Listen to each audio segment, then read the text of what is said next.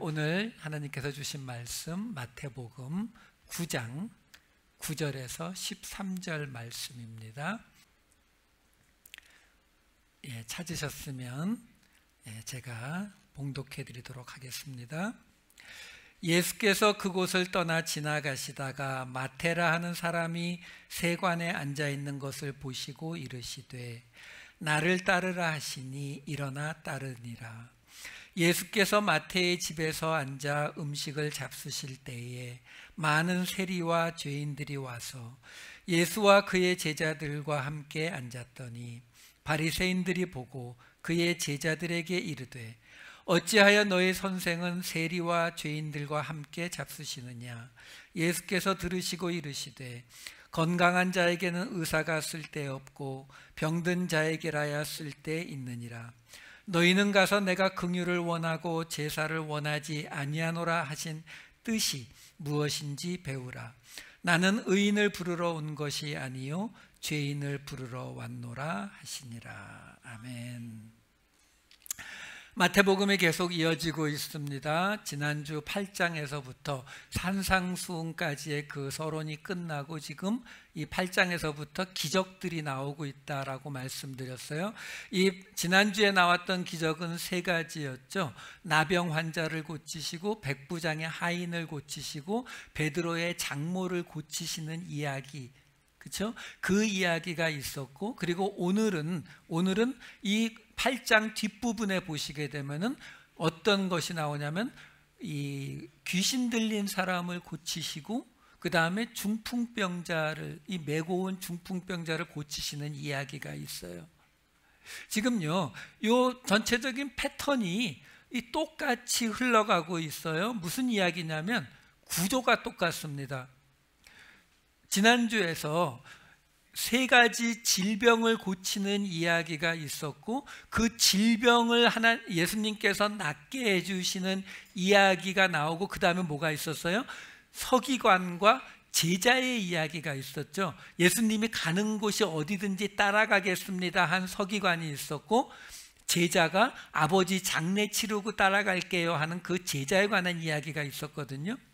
그리고 나서 그 다음에 뭐가 들어가 있냐면 예수님이 바다와 바람을 잔잔하게 하시는 이야기가 들어가 있어요. 그리고 다시 질병을 고치는 이야기가 등장하는 거예요. 이 귀신을 내쫓고, 이 당시에 귀신을 내쫓는 것도 귀신과 질병을 같은 걸로 보고 있었거든요. 그러니까 이 귀신을 내쫓고 중풍병자를 고치는 이야기가 있고, 또 그 다음에 마태가 제자로 부름을 받는 제자에 관한 이야기가 똑같이 등장을 하고, 그리고 나서 금식에 관한 짧은 이야기가 들어가 있고, 그리고 나면 또 그 다음에 야이로의 딸, 그리고 혈루병 걸린 여자, 맹인, 벙어리를 낫게 해주시는 이야기가 나오고, 그 다음에 추수할 일꾼을 찾으신다는 이야기가 이어지면서 그 다음에 12제자에 관한 이야기가 쭉 나와요. 그러니까 패턴이 병을 낫게 하는 이야기, 제자에 관한 이야기, 짤막한 이야기 중간에 하나 들어가고, 이 패턴이 오늘도 똑같이 반복되고 다음 주에도 똑같이 반복되고 있다라는 거예요. 자, 그 구조를 먼저 아시고 나서 이야기를 진행해 보시면 돼요. 그러니까 여러분, 우리가 이 성경이라고 하는 것을 마치 옛날에 무슨 논어 맹자를 읽듯이 굉장히 어렵고 굉장히 힘든, 이렇게 생각하시면 안 돼요. 물론 이것이 옛날 이야기고 우리와는 문화가 너무나 다른 중동 지방의 바탕을 두고 있다 보니까 그냥 쉽게 이해가 안 되는 부분들은 분명히 있지만, 기본적으로 특별히 이 신약 같은 책은 사람들이 그냥 구어로, 우리가 일반적으로 사용하는 말로 그냥 줄줄줄줄 이야기하고 그냥 이렇게 앉아서 듣던 책이라고요. 우리처럼 책을 앞에 놓고서 이게 무슨 뜻인가 사전을 뒤지고 이러던 것이 아니라 그냥 그것이 서기관이든 랍비든 이런 사람이 근데 있잖아, 예수님께서 어쩌고 저쩌고 옛날 이야기하듯이 그냥 말로 쭉 이야기하면은 그걸 듣고서 그렇구나 끄떡끄떡 이렇게 하던 이야기거든요. 그러니까 이런 이야기들을 볼 때에는 그 문맥 속의 스토리 라인을 쭉 보시게 되면은 이야기가 훨씬 쉽다고요. 그러니까 지난주 이야기가 뭐였어요? 지금 나병 환자와 백부장의 하인과 그리고 베드로의 장모를 고친 이야기가 선지자 엘리야와 엘리사의 이야기를 패러디하신 거라 그랬잖아요. 그걸 통해서 예수님은 너희가 지금 그 구약의 그 위대한 선지자라고 부르는 엘리야, 엘리사처럼 자 이런 모든 질병 다 고치시잖아, 이걸 이야기한 거거든요. 그리고 나서 제자에 관한 이야기가 나온 거죠. 그 제자에 관한 이야기는 뭐였어요? 예수님을 따르겠다고 하든지 아버지 장례를 치르겠다고 하든지 그거와 관계없이 이미 서기관과 제자로 이미 정해져 있었다라는 거죠. 그러니까 제자라고 하는 것은 지금 이 이야기를 통해서 마태가 우리에게 전하고자 하는 이야기가 있는 거예요. 자, 예수님은 이렇게 위대한 선지자와 같으신 분이었어. 근데 예수님의 제자는 예수님이 애초부터, 하나님이 애초부터 선택한 자들이야. 이 이야기가 지난주 이야기였다고요. 그 다음에 갑자기 바다와 바람을 잔잔하게 하는 이야기가 이어지잖아요. 그 끝에 무슨 이야기가 나옵니까? 8장 27절에 보면은 이렇게 나와요. 그 사람들이 놀랍게 여겨서 이 사람이 누군데 바람과 바다도 순종하는가? 이 이야기가 여기 왜 들어가 있겠어요? 아니, 예수님이 지금 엘리야와 엘리사하고 비교를 했잖아요. 근데 마태의 목적이 예수님이 선지자야 이거 말하는 게 목적이 아니잖아요. 그렇죠? 그 다음 단계로 올라가야 되니까 이 이야기가 들어가 있는 거죠. 자, 봐, 엘리사와 엘리야 같은 선지자하고 똑같은 이런 기적들을 행하시잖아 이분은. 근데 그 다음에 무슨 얘기하는 거예요? 근데 바람과 바다를 잔잔하게 하네? 도대체 이분 누구야? 이 이야기를 해주는 거예요. 그러니까 엘리야와 엘리사 레벨까지는 증명을 했는데 근데 그 다음 레벨로 엘리야와 엘리사가 하지 못한 것까지 하네? 그러면서 동시에 이게 뭘 뜻해줘요? 모세가 바다를 가른 그것을 또 똑같이 패러디해주고 있는 거예요. 봐, 이분은 선지자 레벨보다도 더 높아. 엘리야와 엘리사가 바다를 막 명령하고 하는 거 봤어? 그건 모세밖에 없잖아. 지금 이런 질문을 이 이야기를 듣는 사람들에게 던져주는 거예요. 자, 그러면서 이 귀신을 내쫓은 이야기로 넘어갑니다. 여기에는 가다라 지방이라고 나오는데 마가복음과 누가복음에서는 거라사 지방이라고 나와요. 근데 이 귀신 들린 사람이 있어서 예수님께서 그 귀신을 내쫓아 주었다라는 이야기인데 이게 마가복음, 누가복음에 다 나오거든요. 근데 다른 점이 있어요. 제일 크게 다른 점이 뭐냐면 여기에 이 마태복음에서는 그 귀신 들린 사람이 두 사람이라고 나와요. 마가복음과 누가복음에서는 귀신 들린 사람이 한 사람입니다. 자, 근데 이 귀신 들린 이야기가 여기에 등장하는 이유가 뭐냐라는 거죠. 이유가 뭐예요? 지난주에 말씀드렸잖아요. 지난주에 나온 이 기적들은 왜 주어졌다고요? 엘리야와 엘리사 레벨로 예수님을 올려주는 것을 설명해 주기 위해서요. 예수님은 이 정도 레벨이야 라고 했단 말이에요. 그럼 오늘은 거기서 더 넘어가죠. 그래서 이 귀신 들린 사람의 입을 빌려서 뭐라고 이야기합니까? 29절에 보시게 되면은 하나님의 아들이여 우리가 당신과 무슨 상관이 있나이까. 그러니까 선지자 레벨이 아니라 이제 예수님이 어느 레벨이요? 하나님의 아들이라는 레벨로 지금 선포를 하고 있는 거예요. 여러분, 나중에 이 복음서, 모든 복음서의 맨 끝에 예수님이 잡혀서 그 제사장에게 끌려가서 거기서 그 제사장의 신문을 받을 때의 이야기를 보시게 되면은요, 거기서 제사장이 거짓 증인까지 세워가면서 예수님을 죽이려고 할 때의 죄명이 결국 어디에서 걸려요? 내가 진짜 하나님의 아들 그리스도냐 했을 때 예수님이 뭐라 그래요? 그래, 네가 말한 게 맞아, 이렇게 말하거든요. 그때에 대제사장이 저거 봐라, 저 신성모독을 봐라, 저거 죽여야 된다, 이렇게 나오는 거예요. 그러니까 여기서 나오는 이 하나님의 아들이라는 이 발언이 결코 쉬운 발언이 아니거든요. 근데 지금 그 발언을 귀신들을 통해서 하고 있는 거예요. 그러면 이해가 좀 되시잖아요, 여러분. 이거를 너무 막 이렇게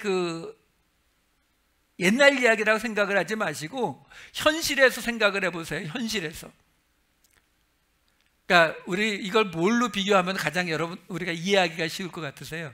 예를 들어서 뭐 지금은 좀 괜찮은지 모르겠는데 한 20, 30년 전에 우리 박정희 대통령이나 전두환 대통령이 있던 시절에 어떤 사람이 얘기를 좀 해야 되는 거예요. 뭐라고 얘기해야 되냐면 김일성 만세, 뭐 이걸 좀 얘기를 시키고 싶은 거죠. 근데 그 얘기하면 그 사람은 어떻게 돼요? 잡혀가서 죽잖아요. 누굴 시켜요? 잡혀가다 안 죽을 사람. 귀신이요. 그래서 귀신의 입으로 예수님을 하나님의 아들입니다라는 고백을 하게 만들어요. 근데 왜 이 마태복음만 귀신이 2명이에요? 율법에 따르면 증인이 되기 위해서 항상 2사람 이상이어야 되거든요. 그러니까 이 이야기가 마가복음, 누가복음에서는 한 사람인데 여기서는 2사람이라고 나오는 이야기가 뭐냐면 마태는 지금 이 이야기의 중점이 바로 이 고백이라는 거예요. 이 귀신의 입을 빌려서 나오는 당신은 하나님의 아들입니다라는 이 고백이 율법에 따라서 분명히 2사람의 증인으로 인정받는 고백이다라는 것을 말해주기 위해서 이렇게 이야기하는 거예요. 그리고 마가복음, 누가복음에서는요, 이 사람이 귀신이 나가고 난 다음에 예수님한테 저도 예수님 따라가서 제자 될래요 라고 얘기하거든요. 근데 예수님이 거절해요. 그러지 말고 너희 동네에 가서 내가 겪은 일을 전해라 이렇게 말하거든요. 근데 마태복음에는 그 얘기가 아예 쏙 빠져버려요. 그 얘기는 뭐냐면 지금 마태는 이 귀신 들린 사람의 이야기를 어떤 용도로 쓰고 있느냐. 첫 번째는 금방 말씀드린 것처럼 이 사람들의 입을 빌려서 예수님이 누구신지를 설명하기 위해서, 증언하기 위해서. 두 번째는 이 이야기 뒤에는 뭐가 있어요?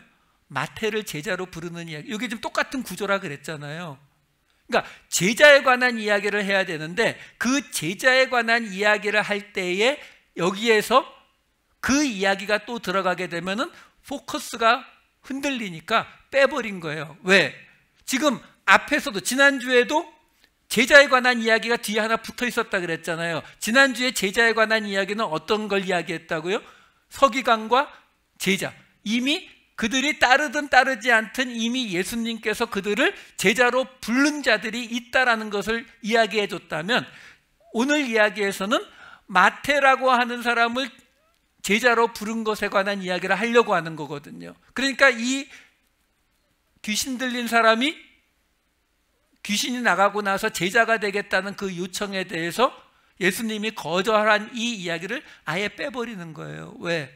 지금 제자에 관한 이야기는 이 구조 안에서는 마태의 이야기를 지금 하고 싶은 거거든요. 그게 이 귀신 들린 이야기가 여기 들어가 있는 이유예요. 그 다음에 나오는 것이 중풍병자 이야기가 등장을 하잖아요. 자, 이 중풍병자 이야기는 가장 우리에게 혼동을 많이 주는 부분이 뭐냐면 여기에서 이 중풍병자를 메고 온 사람들이 있어요. 그 사람 어떻게 나오게 되냐면 9장 2절에 보시게 되면은 예수께서 그들의 믿음을 보시고 이렇게 나와요. 그러다 보니까 가끔 이 구절 때문에 터무니없는 이야기가 나오는 설교를 들어본 적이 있어요. 무슨 거요? 이게 지금 중풍병자가 죄사함을 받았다라고 나오는데 그 중풍병자가 죄사함을 어떻게 받았다고요? 그 친구들의 믿음 때문에. 그래서 우리가 열심히 봉사하면은 내 믿음으로 인해서 다른 사람, 내 가족이, 내 사랑하는 사람이 구원받을지도 몰라. 이거는 우리 기독교 교리를 아주 근본부터 흔들어 버리는 거예요. 아니요, 이 이야기는 그게 아니에요. 근데 왜 우리가 그런 이 오해에 빠지게 되냐면, 우리가 이 믿음이라고 하는 단어에 대해서 자꾸 혼동을 가져서 그래요. 무슨 말이냐면, 믿음으로 구원받는다는 말이 맞아요. 믿음으로 구원받는다는 말이 맞는데, 그게 짧게 말하면 그렇지만 길게 설명하면은 믿음으로 구원받는 것이 아니라 우리가 예수 그리스도를 통해서, 그의 죄사함을 통해서 하나님께 나아갈 수 있게 되고, 그 하나님께 나아갔을 때에 하나님이 우리를 구원하시는 거죠. 그렇죠? 근데 이걸 짧게 설명하다 보면은 믿음으로 구원받는다라고 하게 되면 마치 우리가 구원을 받게 되는 그 주어가 누가 돼요? 믿음이라고 하는 단어가 돼버려요. 믿음이라는 단어. 근데 문제는 우리에게 이게 너무 쉽거든요. 왜? 우리나라 이 전통 신앙에는 이게 맞아요. 제가 여러 번 말씀드리잖아요. 옛날에 뒷마당에 새벽마다 일어나서 정한수를 떠놓고 비나이다 비나이다를 할 때에 누구에게 비는지를 모른다니까요. 본인들도. 왜? 우리 전통 신앙은 어떤 신에게 비느냐가 중요하지 않았어요. 그게 중요한 게 아니라 내가 얼마나 정성을 쏟느냐가 중요하죠. 그래서 새벽에 일어나서 점점 심해지잖아요. 새벽에 일어나서 깨끗한 물도 이제 더 깨끗해야 되니까 이 이슬 맺힌 걸 모아서 이런 이야기들이 나오는 거거든요. 근데 여러분, 그거는 우리 전통 신앙이고 성경은 그렇게 이야기하지 않아요. 내가 아무리 정성을 쏟고 내가 아무리 헌신을 해도 그 대상이 하나님이 아니면 이건 아무것도 아닌 거예요. 성경은 그걸 뭐라 그래요? 우상, 이렇게 말하죠. 우상.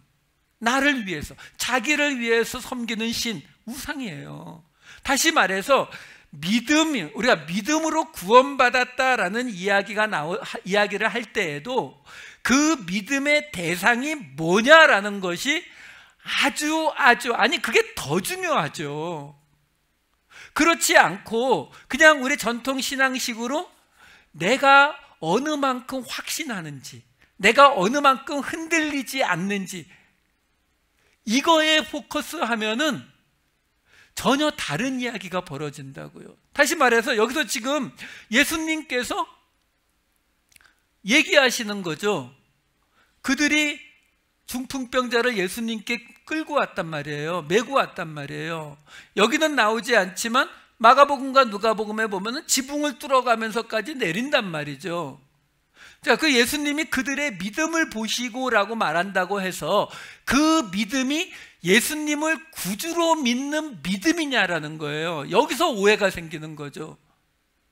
아니, 예수님이 그들의 믿음을 보고 죄를 사해 주셨잖아.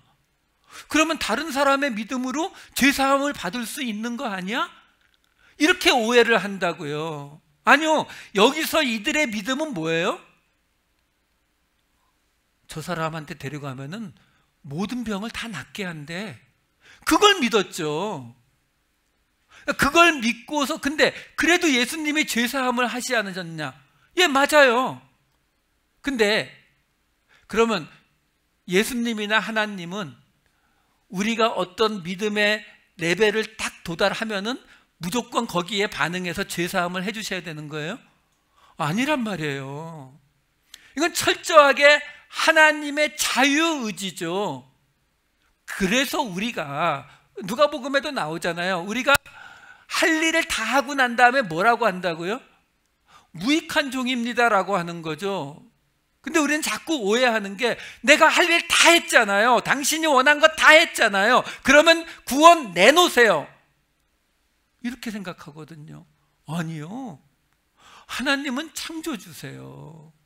내가 한 거 다 했으니까 구원 내놓으세요 하는 그 말과 내가 어려서부터 모든 율법 다 지켰습니다. What else? 뭐 더 원하세요? 할게요. 그러면 영생 얻는 거 맞죠? 이걸 물어본 그 부자 청년과 뭐가 달라요? 똑같다고요. 다시 말해서 예수님께서 지금 이 장면은요, 그들이 예수님을 구주로 믿는 믿음이 친구들에게 있어서 이 중풍병자가 구원을 받았다는 이야기가 아니라, 그들이 예수님이 병을 고치는 그걸 믿고 왔기 때문에 그 자리에서 예수님이 그들을 통해서 뭘 보여주신 거라고요? 예수님이 죄를 사하시는 분이라는 것을 보여주는 거예요. 이거는 지금 바로 앞에 이 귀신의 입을 빌려서 예수님이 하나님의 아들이라고 하는 말에서 또 하나 더 가죠. 왜? 죄를 사하는 분은 하나님밖에 없거든요. 근데 예수님은 이 이야기를 통해서 뭘 얘기하신다고요? 마태가 이야기하는 거예요. 예수님이 죄를 사하시는 분이야 까지 지금 가고 있는 거예요. 우리가 지금 이 장면에서요, 도리어 우리는 뭘 생각해야 되냐면, 이 자리에 있었던 사람들이요, 이 이야기 끝에 뭐라고 나와요? 무리가 보고 두려워해서 8절에요, 이런 권능을 사람에게 주신 하나님께 영광을 돌리더라. 여러분, 하나님께 영광을 돌렸어요. 이 사람들이 하나님을 잘 믿는 사람들 맞죠? 그렇죠? 근데 문제는 이런 일들을 보면서 하나님께 영광을 돌렸어요. 축구 선수가 골을 넣고서 하나님께 영광을 돌립니다라고 말하는 것과 똑같거든요. 근데 이 사람들은 자기 눈앞에 있는 분이 하나님이라는 건 몰라요.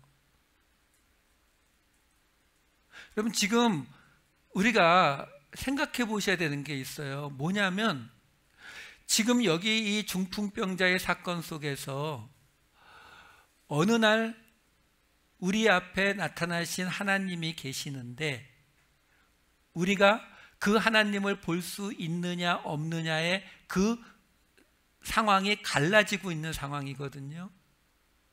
우리가 가장 많이 갖는 오해 중에 또 하나가 뭐가 있냐면, 우리는 언제고 내가 돌이키면, 언제고 내가 마음만 먹으면 지금 이 죄된 자리에서 떠나서 하나님이 계신 그 자리로 돌아갈 수 있을 것이라고 착각합니다. 그렇지 않아요, 여러분? 그럴 수 있는 때가 있고 그게 안 되는 때가 분명히 있어요. 제가 옛날에 교사를 할 때 학생들이 이제 성적이 떨어지면 부모님이 학교를 와요. 상담을 합니다. 그럼 그럴 때 제가 부모님들한테 제일 많이 듣는 이야기 중에 하나가 뭔지 아세요? 부모님들이 그래요. 이놈의 자식이 왜 이렇게 공부를 안 하는지 모르겠다고 하면서, 나는 그냥 이렇게 직장 안 다니고 그냥 공부만 하고 다 먹여주고 재워주면서 공부만 하라고 하면은 다 같으면 다 할 것 같은데 이 저놈 자식이 이렇게 공부를 안 한다고 이 이야기 맨날 들어요. 근데 그때로 돌아가면은 그 부모님이 말씀하신 대로 공부해서 우습게 서울대를 갈 수 있었을까요?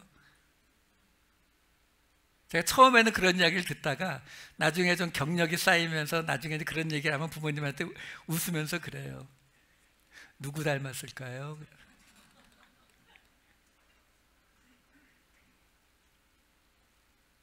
안 되는 건 안 돼요.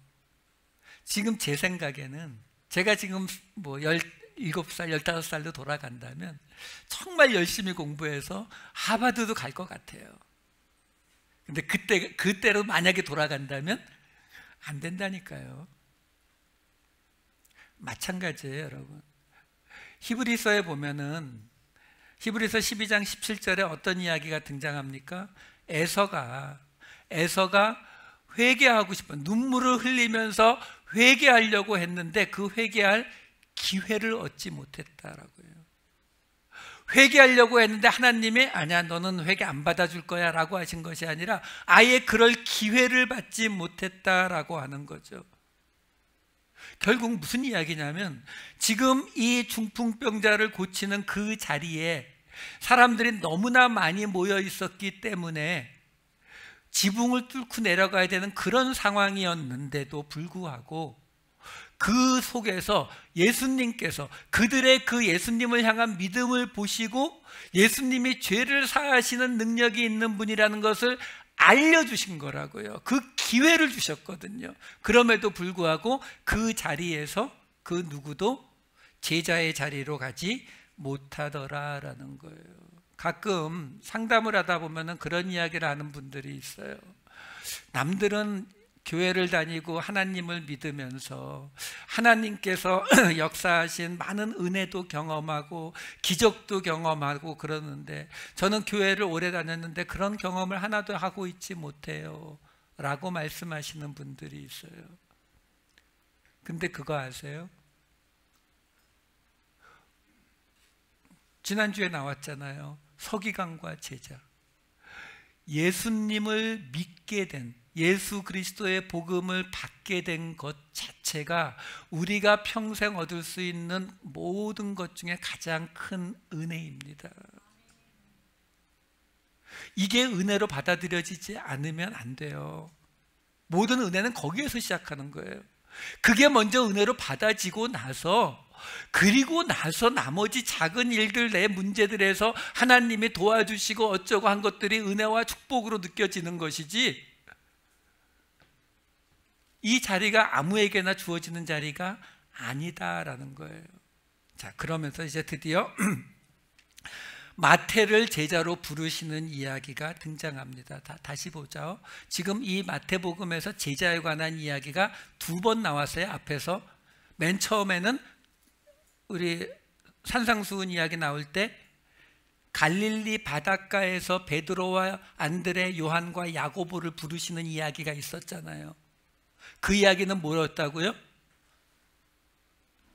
갈릴리 그 흑암의 땅, 사망의 땅, 그늘에 앉은 자들. 다시 말해서 예수님이 부르시는 제자는 어떤 제자라고요? 지금 내가 있는 이 땅에서 이렇게 사는 건 아닌데, 다시 말해서 그 이집트 땅에서 우리를 살려달라고 하나님 앞에 애청하는, 그러니까 애통하면서 외치는 그 사람들. 그래서 갈릴리에서 예수님이 그 첫 번 제자들을 부르신 거라고. 지금 이게 쭉 연결되고 있는 이야기이기 때문에 이렇게 설명해 드리는 거예요. 그래서 예수님의 12제자 이야기로 이 제자 이야기가 끌고 가는 거거든요. 근데 예수님의 12제자 가운데에서 7명은 분명히 그 출신이 갈릴리 출신이 맞아요. 이 복음서에 나오니까.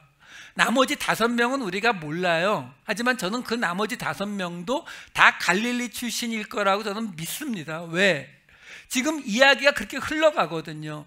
첫 번째 그 제자의 자격으로 부르고 있는 이야기가 바로 현실, 이 현재가 나는 너무 편해요, 나는 여기서 충분히 만족하고 있어요 라고 생각하지 않는 사람들이요. 그 이집트 땅에서 이건 아닌데, 우리는 하나님의 자녀로 이렇게 살아가서는 안 되는데 라고 생각하는 사람들이 첫 번째 제자로 부름받은 거고요. 지난주 이야기는 그 부르는 사람들은 하나님이 이미 선택되어 있다라는 이야기였단 말이에요. 자, 그럼 오늘 3번째 나오는 이 마태라고 하는 사람을 불렀다라는 거죠. 근데 마태는 세리잖아요.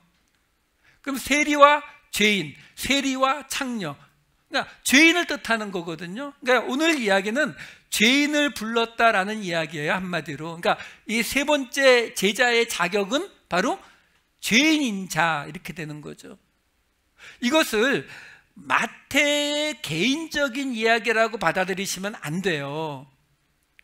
마치 갈릴리 바닷가에서 예수님이 부르신 것이 그 땅을 흑암의 땅, 사망의 땅으로 깨닫고 있는 자들을 부르셨던 것을 대표하는 것처럼, 여기에서도 마태를 지금 부르신 것이 마태라고 하는 세리 죄인 한 사람, 그러니까 예수님이 제자를 부르시는데 모든 계층에 있는 많은 사람들을 다 불렀어. 근데 그 중에는 이렇게 마태처럼 이 죄인인 사람도 포함되어 있어. 예수님은 어떤 차별을 하시는 분이 아니야. 이 이야기를 하고 있는 것이 아니라 대표성으로 지금 설명해 주고 있는 거라고요.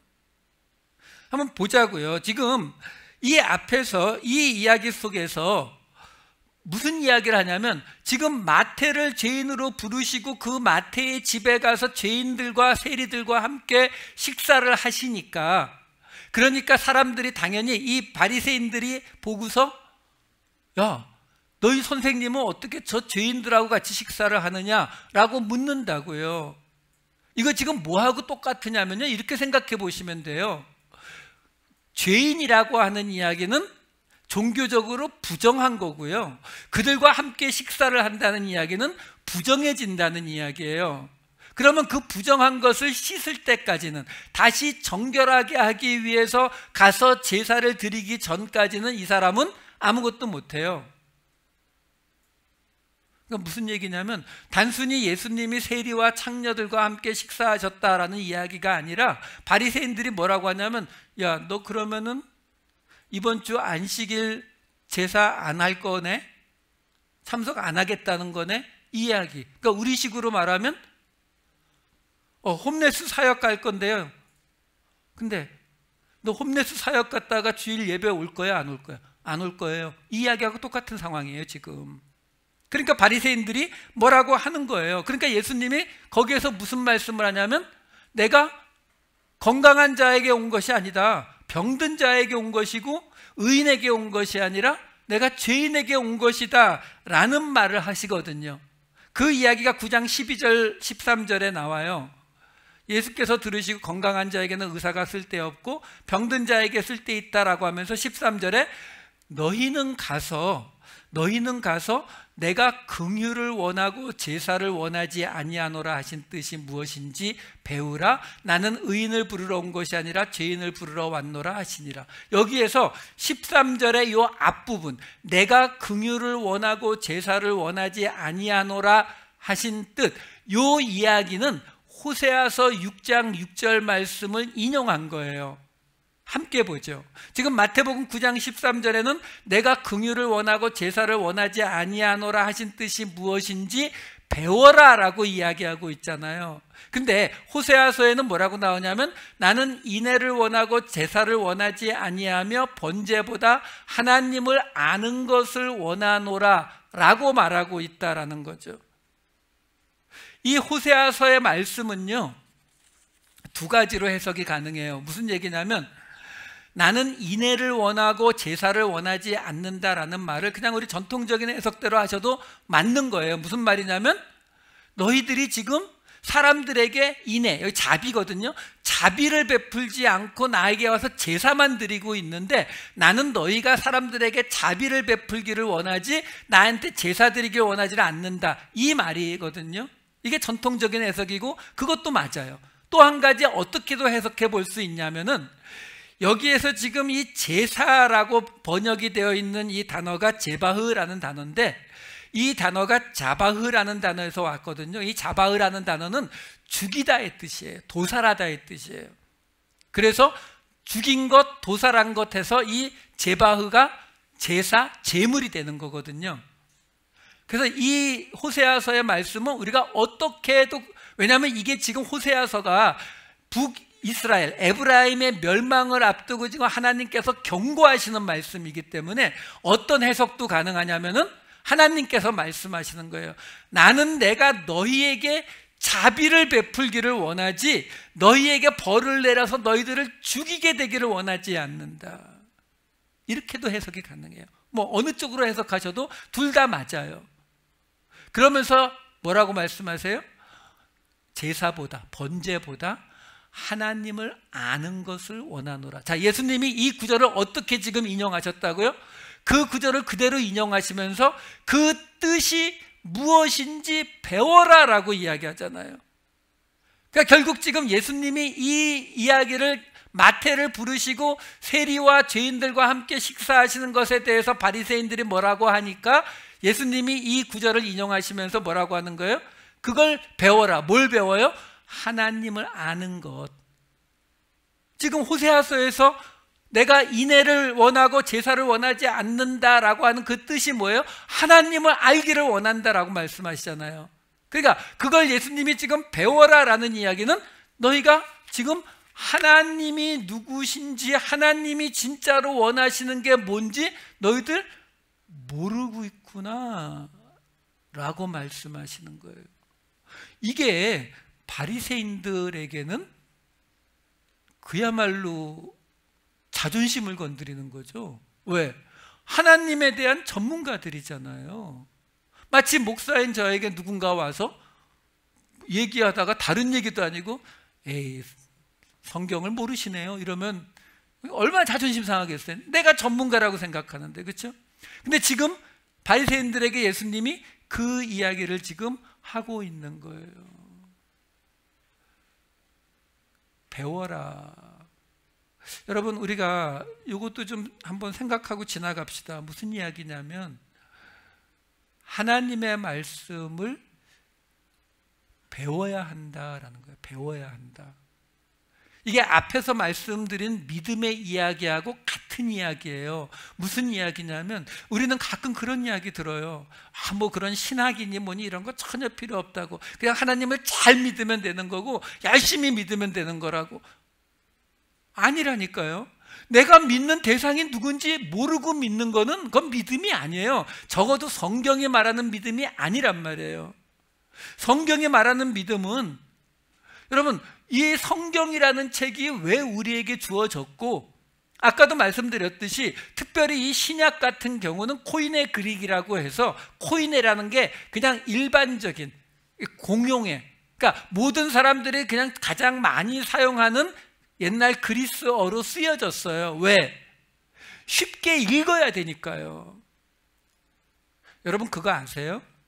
왜 카톨릭에서 1000년이 넘는 동안 자기들은 사용하지도 않는 이미 죽어버린 라틴어 성경을 계속 썼는지 아세요? 그게 훨씬 편해요. 성직자 입장에서는요. 여러분, 우리가 지금 라틴어 성경이나 뭐 그런 걸로 우리가 쓴다고 생각해 보세요. 그럼 뭐 어찌됐든 죽으나 사나 신학교에서 라틴어 가르쳐주면은 목사는 그걸 좀 할 거 아니에요. 그러면서 여러분들한테 얘기하는 거죠. 오늘 본문 마태복음 9장 14절에는 목사 앞에서 절하라 라고 쓰여 있습니다 라고 말하면 여러분들이 뭐라고 하실 거예요? 그래서 대부분의 종교 경전은 어렵습니다. 근데 우리가 가지고 있는 신약은요, 구어로 쓰여졌다니까요. 구어체로 그냥 쉽게 말하면 사람들이 이렇게 그냥 말하는 말로 그냥 쓰여졌어요. 왜? 이걸 읽을 수 있어야 되거든요.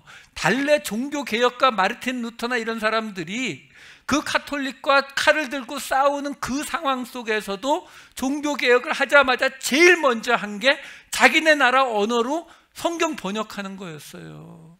왜? 아니 그냥 이렇게 생각하면 간단하잖아요. 야, 내가 종교개혁했으니까 그냥 나 믿어, 예수 믿어, 이러면 간단할 것 같잖아요. 아니라니까요. 우리가 믿는 이 기독교는 이 성경을 끊임없이 봐야 돼요. 배워야 돼요. 옛날에 제가 하우스 살 때는 시간이 나면 집에서 이 목공을 많이 했어요. 이제 나무 가지고 뚝딱뚝딱 뭐 만드는 걸 좋아했거든요. 근데 그런 때가 있어요. 예를 들어서 뭐 테이블을 만든다 그러면 밑에 다리를 4개를 만들어야 될 거 아니에요. 그럼 나무를 갖다 놓고 사이즈를 재고 하나를 잘라요. 그 4개를 다 일일이 하기 귀찮으니까 어떻게 합니까? 두 번째 거는 요 나무를, 자른 나무를 갖다 놓고 쓱 긋고 거길 또 자르죠. 그 세 번째는 두 번째 걸 또 놓고 쓱 잘라요. 그렇게 4개를 다 만들고 나면 어떤 일 벌어져요? 첫 번째 것과 네 번째는 짝짝이가 돼요. 여러분, 우리가 이런 거 생각해 보실 필요가 있어요. 하나님이 우리에게 처음 이렇게 가르쳐 주셨다고 생각을 해봐요. 이게 이제 하나님의 뜻을 가르쳐 주셨어요. 근데 아담과 이브가 죄를 졌잖아요. 그 얘기는 아담과 이브가 어떻게 했다고요? 하나님의 이 원하시는 거에 매치를 못 시키고 요만큼 했겠죠. 그렇죠? 뭐 우리 잘 봐주자고요. 우리 조상이니까 한 95%쯤 그래도 했다라고 봐줘요. 이 아담과 이브가 자기 자녀에게 이 하나님의 말씀을 가르쳤어요. 그 자녀가 100점을 맞으면 어디에 와 있어요? 여기 와 있죠. 근데 100점이 아니라 95점 맞으면 95점도 A잖아요. 근데 여기죠.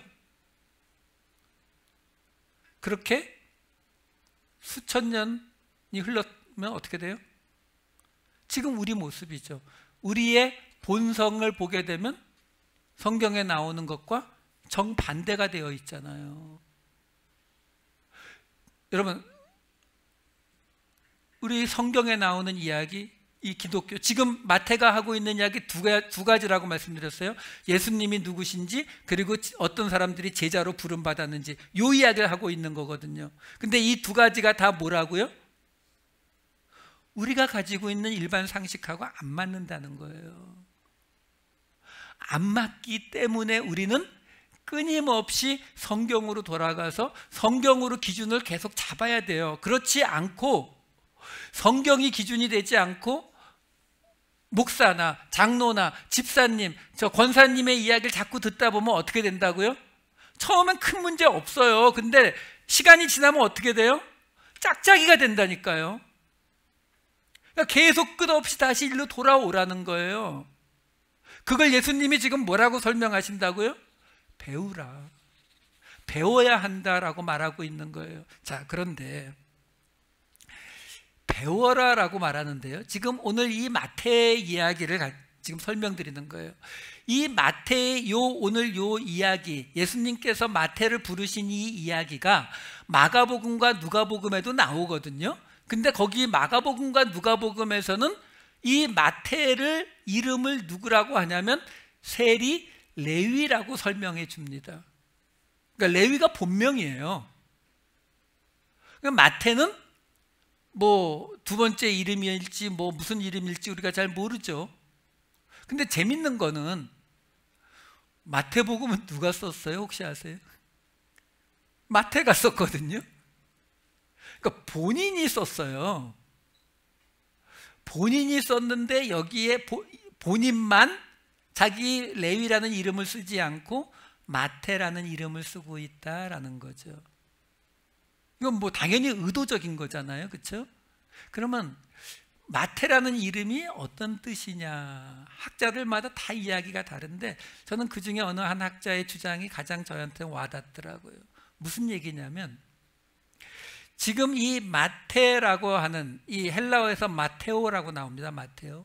이 마태라고 하는 이름이 있는데요, 요 구절 안에, 요 구절, 지금 오늘 본문 안에 그 마테오라는 이름과 같은 어원을 가진 단어가 두 개나 들어가 있어요. 그게 뭐냐면, 이 예수님께서 지금 배워라라고 말씀하셨는데 이 배우다라고 하는 단어가 마테테스라는 단어예요. 마테테스.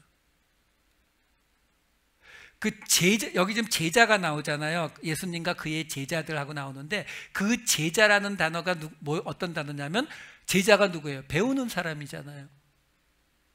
그래서 마테테스, 같은 단어입니다. 하나는 동사형, 하나는 명사형이에요.